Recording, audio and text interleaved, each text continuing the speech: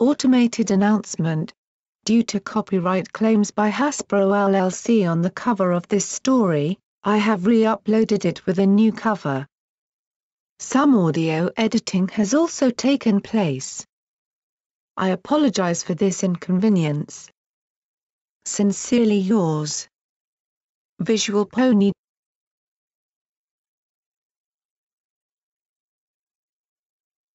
Twilight Sparkle Night Shift by John Joe. Chapter 2 Rarity's Home for Unspeakable Horrors, Part 1. She let loose a tired moan as she forced her eyelids open. "What is it, dear?" she whispered, her cords still stiff, her voice a quiet monotone, yet hearing her comforting words still had a soothing effect on me. "Could I sleep with you tonight?" I asked sheepishly. Their bed creaked as Dad turned and lifted his head as much as he could, shaking it slightly to clear it of the remnants of his interrupted dreams. Even in the darkness I could see his sleepy eyes peeking down at me from behind Mom, showing no anger but hinting at disappointment. At that point I didn't care. "I've told you, Twi," he said. "Nightmares are not real. They're just images in your head. They can't hurt you." "Of course you can." Mom nodded with an exhausted smile in response to my proposal, completely ignoring my father's banter. "Hop up." And hop up I did, once again finding the perfect little place in between, like a bookmark at the best chapter. There, between the two loving giants, I felt safe. Pulling their blanket up, I was all but ready to let my dreams engulf me again, confident that this impenetrable fortress would protect me from whatever evil images that may lurk in my head. "At your age," my father grumbled quietly. "You really shouldn't—" "Let her be," Mom interrupted him. "Just this once more." I could hear Dad let out a lengthy sigh. Soon afterwards, a soft thud signaled his hazy head dropping back onto the pillow. "Sleep well, Twi," he whispered. "Sleep well, Twi. I wish I could, Daddy. I do. But you're not here to protect me at night anymore, are you?" I took another glance at our last family photo. The dancing light of the 3 candles standing by the picture illuminated our smiles. Only a few months before the tragedy, Mother, Father, Shining Armor and I were secure in our ignorance of what was to come. It would have been easy to think that night that the purple mare looking back at me from within the frame was some pony else. Yet I knew all too well that it was not the case. Their departure didn't so much change us as it helped us realize who we truly were or who we wanted to be. At least that's what I liked to think. I closed my eyes for a moment, placing the tip of my hoof onto the picture. After a brief pause, I looked my family in the eye again. "Shining, you've been a beacon of light in the darkest times of Canterlot, and Twilight, you're not afraid of the dark anymore. Quite the contrary, in fact. Dad would be proud." I turned away from the photo, looking out into the moonlit night instead. Behind me, a 4th candlestick floated up gently, and with a blink of my eyes, a tiny spark set its wick aflame. It then took its place on the desk at my side, joining its shorter counterparts. From my upstairs room in the Ponyville library, I could see the dark silhouette of Canterlot's spires ornamenting the barren mountainside. 4 years to the night, Shining Armor. I hope you're coping better than I am." My eyes shut. My horn prickled. Around me a barrier of blurred multicolor world, keeping Spike at a respectable distance. The gentle whipping of the many pages twirling was music to my ears. I took a deep breath. My eyes burst open again, and the whirlwind of books came to a stop in an instant, each one suspended motionlessly mid-air in a perfect circle. Less than a step's distance before my nose, the exact book I was looking for floated. I couldn't help but make a satisfied smile. Admittedly, I was having a little more fun with this than I should have. Spike's enthusiastic clapping also did little to hinder my climbing self-esteem. That was amazing, he said. Oh, it's nothing, I said. With all the practice I have, it's natural I'd get it right. What book did you need this time again? He asked. I took my book of choice up into my hooves, blowing off what little dust still remained on its cover. All the other books around me began a new flight around the room, dodging one another as they floated back into their shelves. Rarity asked me to bring this to her, I said, turning the old book towards my draconic assistant. The washed-out deep blue of its cover was complemented by the equally faded yet still marvelous golden lettering of its title, Standing Upright, the curious fashion of the late classic era. Spike blinked at the title. What's this even about? Exactly what it says, I said, opening the book for myself. I flicked through its yellowish pages, skimming through the many illustrations and descriptions of unusual dresses. I've never really read this myself, but with some pony who knows more about the subject than I do, I bet it's going to be a fascinating read. Spending an entire morning researching old fashion from a dusty old book. Only you would find that fun. He paused for a moment, rubbing his chin, pondering. Although you are going to be with Rarity. It's been a long time since I've done anything like this.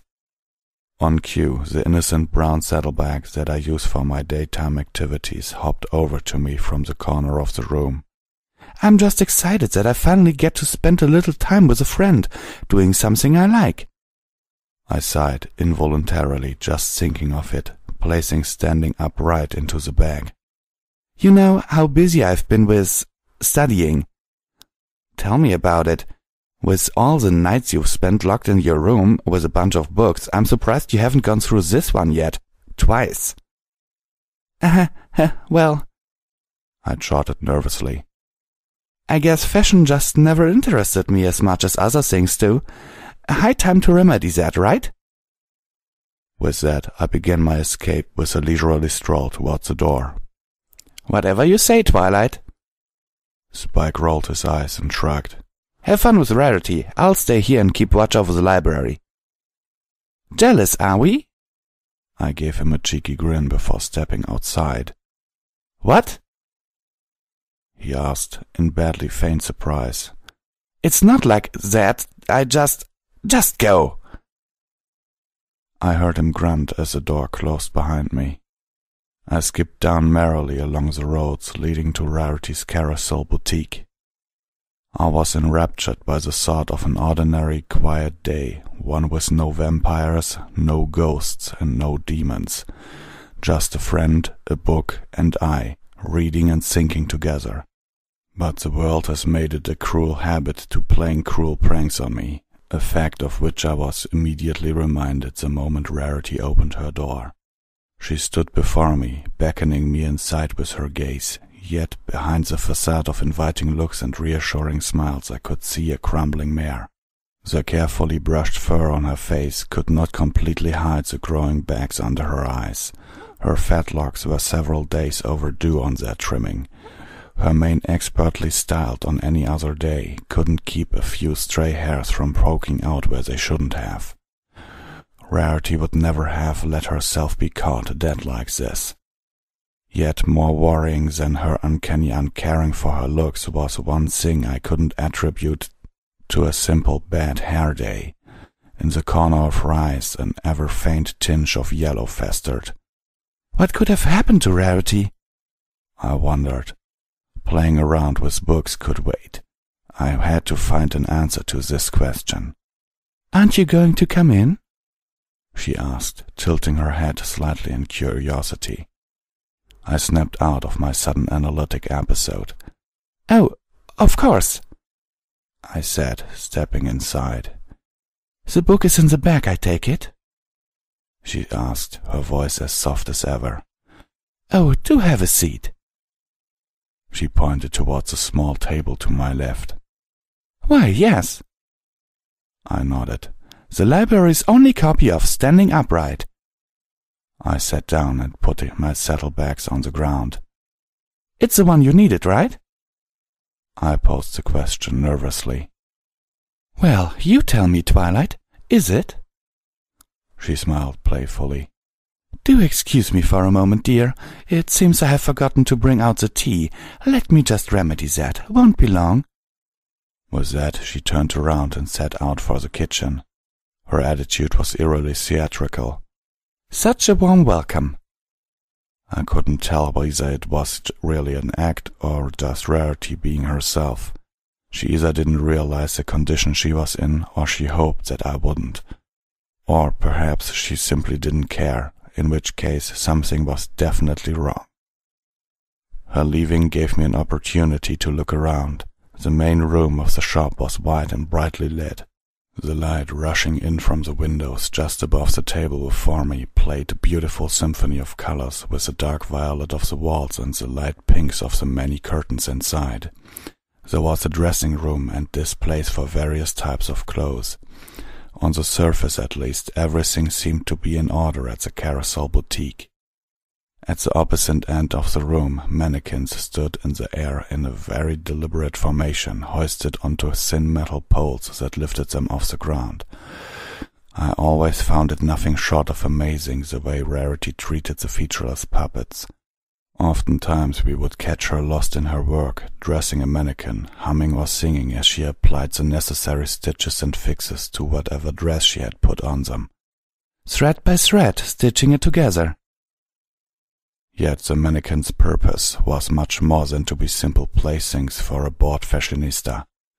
They were always set up to show Rarity's latest work to any pony who might walk in. At the center of the current arrangement was the odd one out, elevated above the others and half-dressed with what appeared to be several hoops running down from its waist area to its hind hooves, forming something of a cone around its lower body. Even disregarding the unusual appearance of the thing, I couldn't imagine how a pony was supposed to even walk in such a get-up. Lucky that the poor thing wearing it couldn't voice its objection to bearing the odd piece. Rarity soon returned, bringing in her mouth a silvery plate and a fancy teapot. By her side, 2 teacups in their matching saucers floated in an envelope of flickering bluish light. She sat down across the table and placed her delivery between the two of us. She levitated a cup and saucer over to my side of the table. They hit the expensive wood with a quiet clack. I felt it best not to mention the, at least for Rarity, inexplicable absence of her tablecloth. I eyed her up and down. She was all too busy staring at the teapot between us, her brows furrowed in concentration as if she were trying, and failing, to levitate it. All the while she masked her clear agitation with that familiar, charming smile which seemed frozen onto her face. Raising an eyebrow, I moved my gaze from her to the pot, lifting it from the plate. The moment the purple radiance engulfed the vessel, Rarity quickly looked away, then at me, as if she had just snapped out of some daydream.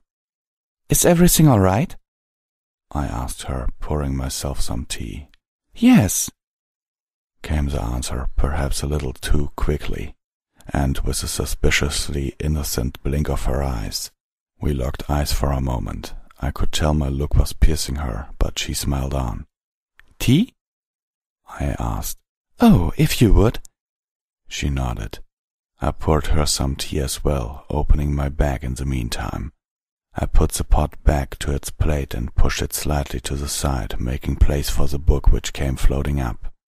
So, tell me, I said. Why exactly did you need this book? I looked at the mannequin with the hoops at the far end of the shop. I assume it has something to do with this thing over there? Oh, yes, she said. The thing it's wearing is just a crinoline, an archaic design, but a crinoline nonetheless. Come again? A crinoline. It's something like... She paused, thinking. Scaffolding. Scaffolding for your clothes. A crinoline is designed to support your dress, or in this case just your skirt, and hold it in a desired shape. It was adopted from ancient high-class diamond dog fashion. Oh, but look at that thing. I pointed my hoof towards the mannequin in disbelief. You couldn't possibly walk in that. Of course, diamond dogs are bipedal. I can see how it would work for them, but for a pony? The dress would get ruined the moment your forehoofs touch the ground. It would be utterly demolished. What's the title of this book again, Twilight? Rarity pulled it closer to herself. And then it hit me. Standing Upright. That's right, Rarity said with a clear sense of pride. She quickly flipped over the many pages until she found the best illustration and turned the book towards me. A whole page was dedicated to a very detailed drawing of two ponies, a mare and a stallion, both standing on their hind legs and holding one another's forehoofs, a nearly photorealistic depiction of what appeared to be bipedal dancing. See? She pointed at the picture. This whole standing upright thing was very fashionable at the time. Really?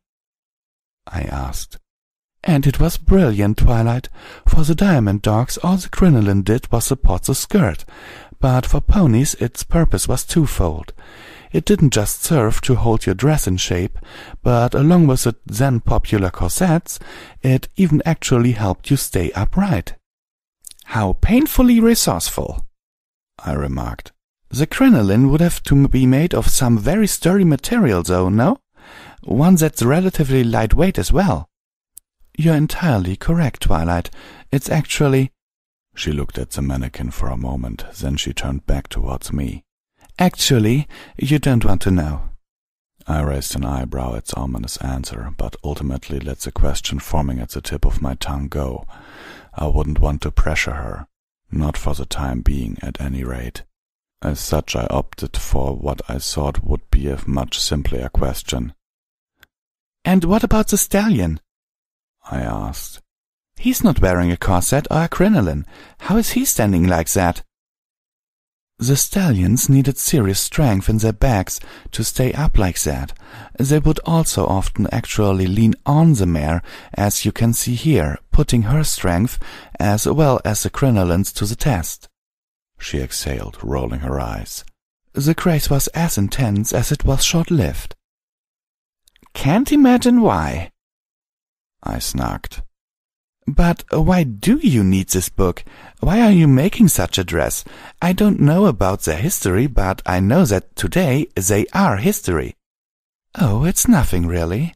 I simply received an order for one a few weeks ago. I admit that ordinarily I wouldn't have agreed to it, but it was a very high-class unicorn from Canterlot. He said he wanted it to be a gift for his newly found love. As strange as the request seemed, I thought it was just sweet. She stroked her chin with a hoof, looking away for a moment. Well, that and business has been slow these days anyhow. That last sentence got my attention. Really? I asked. How slow? She was surprised by my question. It was rather sudden, that much I admit. I'm just curious, I added carefully, attempting to fix the situation. Just a few dresses this month. I've been quite enjoying all the free time, but I was more than happy to rise to the challenge this dress posed. And how long have you been working on it? A couple of days, she answered, looking down at the picture in the book again. Getting the support right is a proper nightmare. I hope you haven't been losing sleep over it, though, I said, eagerly awaiting her reaction. What? She quickly lifted her head, looking at me. No, she stuttered. I haven't. Gotcha. She picked her teacup up, holding it clumsily with both hoofs as she moved it towards her lips. Her forelegs trembled as the cup shook ever so slightly as she took a careful sip. The strange reluctance to use magic, that borderline creepy smile, her less than marvelous looks, her reaction to the implication of lost sleep, they all pointed towards one simple thing. Rarity was tired. I, of all ponies, knew to recognize the signs of sleep deprivation. She had been missing sleep, and we both knew it. It all added up. Well, apart from the most curious thing, the abnormal yellow in her eyes.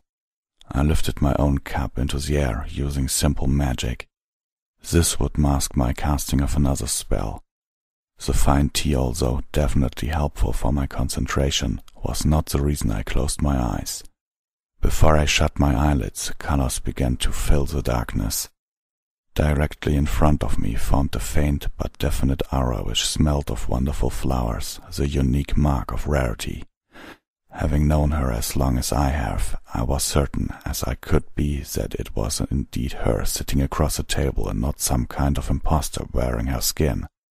The blue aura was soon blurred out by the sour sounds of a much more subtle entity, or perhaps entities. The yellowish taste of muffled speech pressed down on me, descending upon my mind like a fog. It filled the entire room, and judging by the reverberations, the upper floor as well. Whatever its source was, it was somehow connected to the boutique. Unsettling as it was, the presence of the mysterious ethereal mist in the air also seemed to explain why Rarity was tired. If her business has been slow, she hadn't been working a lot. I knew her well enough to know that she would never miss out on such a perfect opportunity for beauty sleep. Something was affecting her. My final conclusion was unambiguous. Rarity could not remain here. I considered my options. I needed Rarity on my side, but I couldn't risk her stubborn nature getting her into trouble. She knew something was wrong. I knew something was wrong. I only needed to help her realize that. In the end, I decided to tackle the problem head-on. Finishing my sip of tea, I reached to hold the cup with my hooves and ended my spells. Then I opened my eyes. Rarity, are you sure everything is fine? I don't know what you mean, she responded, clearly startled by my question. I mean, I think you look like you haven't slept in weeks. What? Of course I have. I'm literally drowning in free time, as I've said. Why would you insinuate otherwise? Look. I got her attention with that simple word. I held out my teacup away from me beside the table. It was a rare porcelain piece, expertly crafted, probably by Hoof. Rarity would never let it get hurt. I'm going to begin counting, I continued. When I count to 3, I'm going to drop this. What? Her smile quickly faded. 1, she gaped. But that's 2. Twilight. She extended the hoof slowly towards me. 3. Don't! She yelped. I let go of the cup, and it promptly began plummeting towards its doom. In an instant, a small ball of blue light formed around it, slowing its descent. Within another moment, however, the light flickered and died, unable to combat the relentless clutches of gravity. Rarity quickly pulled up her forelegs to cover her eyes and pinned her ears back, surrendering to the inevitable destruction of her fragile child. Rarity? I asked. The unscathed cup smoothly floated back onto its saucer. She opened her eyes and looked at me, then at the cup, then back at me. What's got into you? She kept herself collected, despite the resonance of suppressed anger in her voice. What's got into you? I threw back the question. You're clearly not well.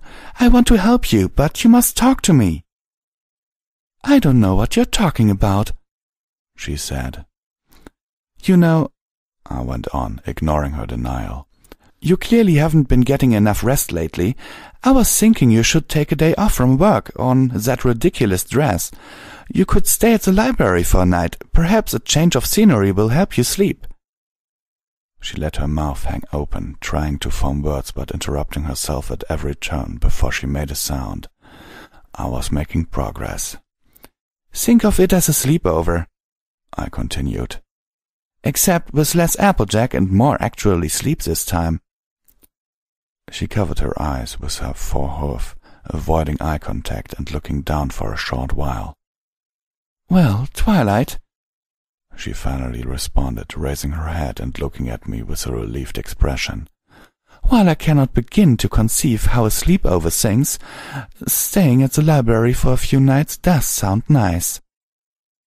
She smirked, with the elegantly calm poise I came to expect from her. Then she paused for a moment, looking slightly to the side. Her eyes kept shifting from left to right as if she was contemplating something.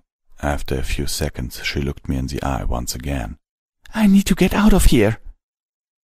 The light of the afternoon sun created a soothing dimness inside as it passed through the curtains covering the windows. It's terrible, Rarity whined. She writhed in my bed, the sheets crinkling as her body twisted in all kinds of shapes. Her tears soaked my pillow. Even Opal ran away. I haven't seen her in weeks. It's okay, Rarity. I tried to console her. She coiled into fetal position. Her mouth hung open, gaping, but no sound escaped her lips anymore. Even her tears seemed to have dried up. She lay there silently for several minutes before speaking again. When her eyes weren't shut tightly, she just stared straight forward with no focus. As terrible as it was to see such a fine lady so broken, I knew that it was for the best that she let everything out. I've been there. I feel like... She tried to speak, but her voice failed her. I feel like death. Don't you have any idea what's causing it? You can tell me what's bothering you. I gave her a tissue with which to clean herself. I can keep a secret. I don't... She sighed heavily. I don't know. She put the tissue I gave her onto her face and over her eyes, leaving it there. I can't think. My head is going to burst. It hurts. When did it start? I asked, hoping to find an answer. She took a deep breath. A few weeks ago, I think. She sighed heavily. I can't tell. She mumbled under her nose. Dear stars, I can't tell. Our conversation continued as such. I could see how much she strained herself to form the broken half-sentences she used to answer my questions. Her throat tensed with each word, and her mouth moved less and less. A few hours past noon, she had talked herself into hard-earned sleep. Before dreams overtook her, she told me what little she could about her unnatural illness. She spoke of feeling eyes on her back, of feeling like she was being watched.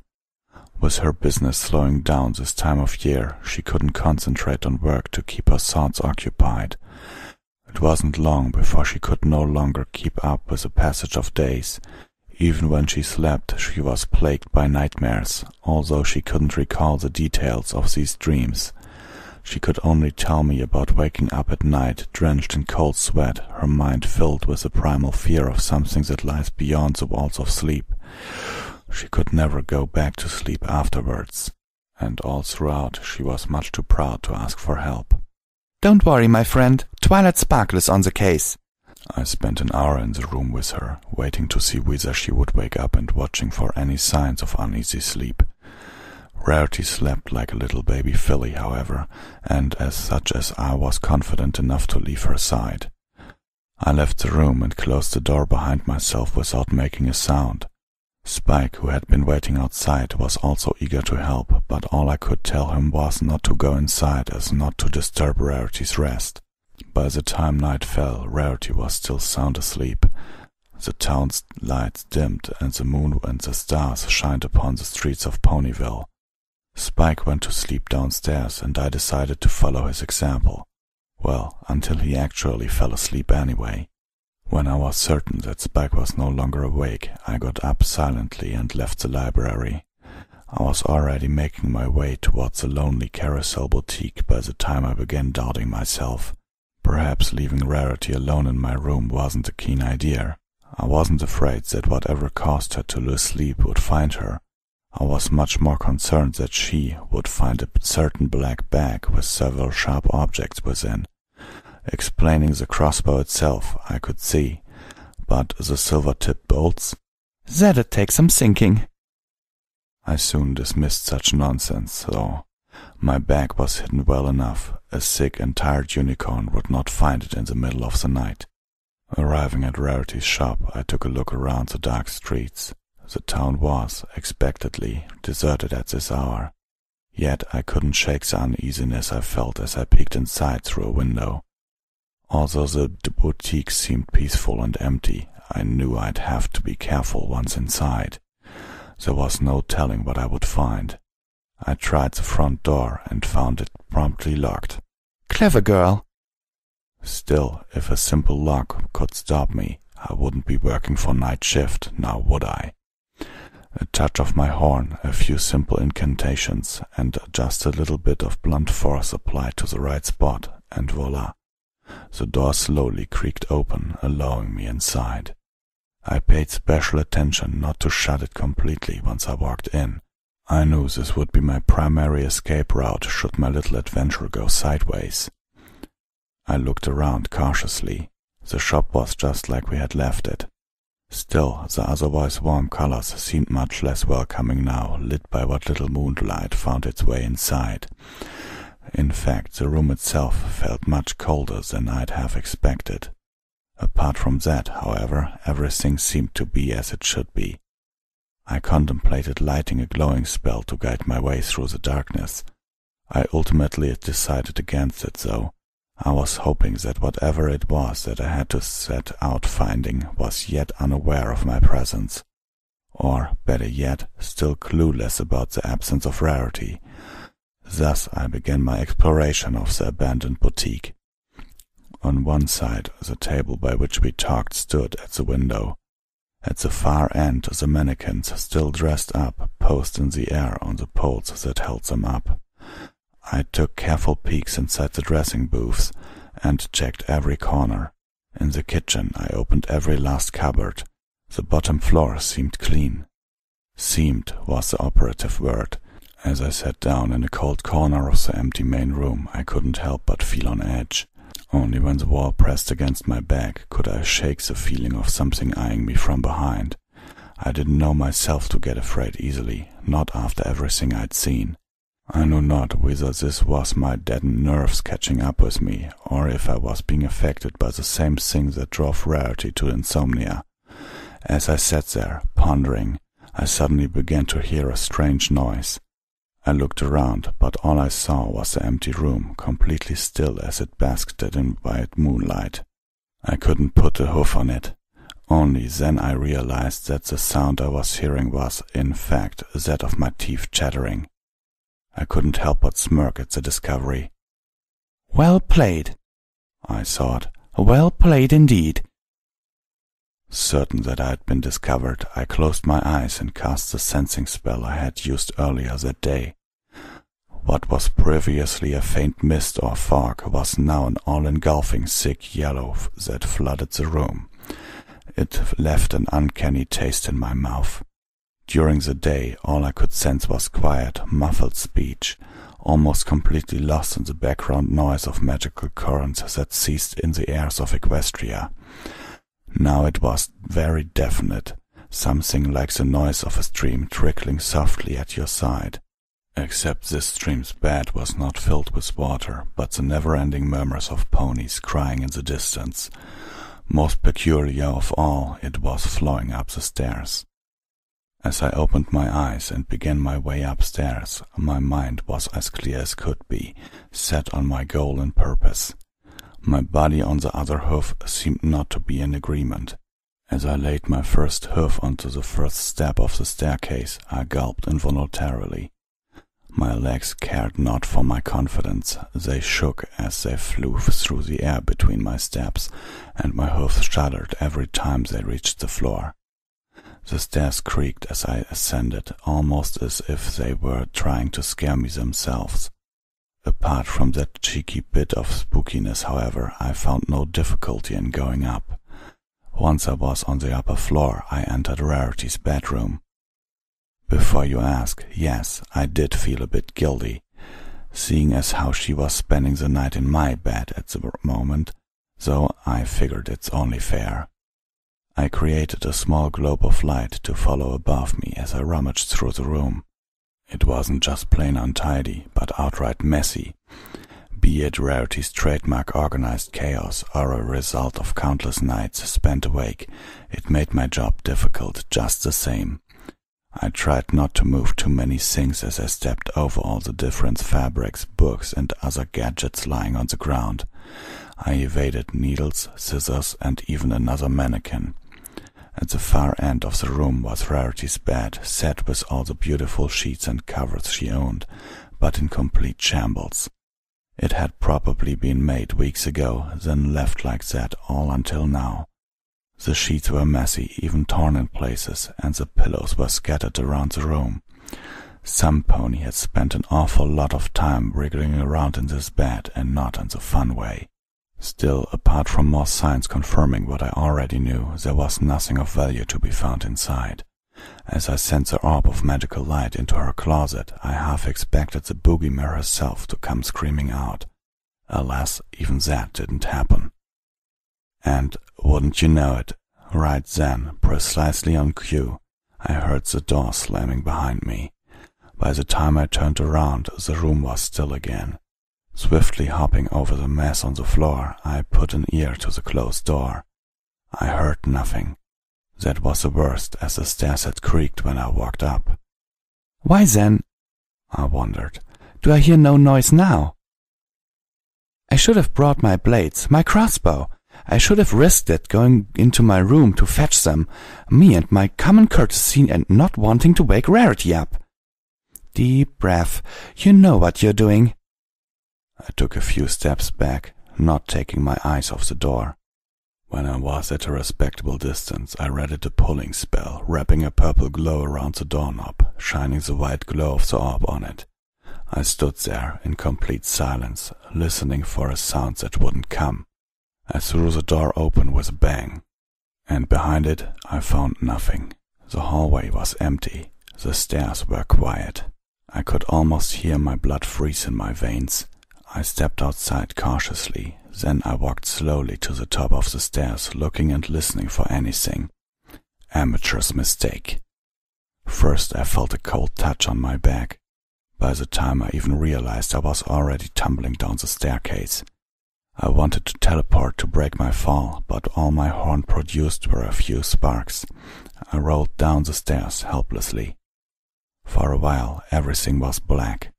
I couldn't tell whether my eyes were open or closed. I struggled to stand up, but I could not move my legs.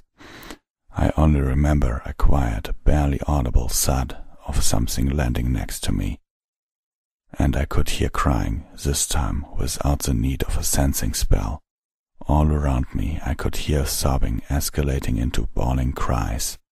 Then, at once, it all stopped, leaving me in complete silence. After a moment of terrifying calm came laughter like thunder. Inside my head all my thoughts were drowned out by that infernal cackling. I felt their eyes on me. Their cold touches sent shivers down my spine. I could feel my heart pounding at my chest as though it had been ready to burst. In that moment I almost wished it actually had.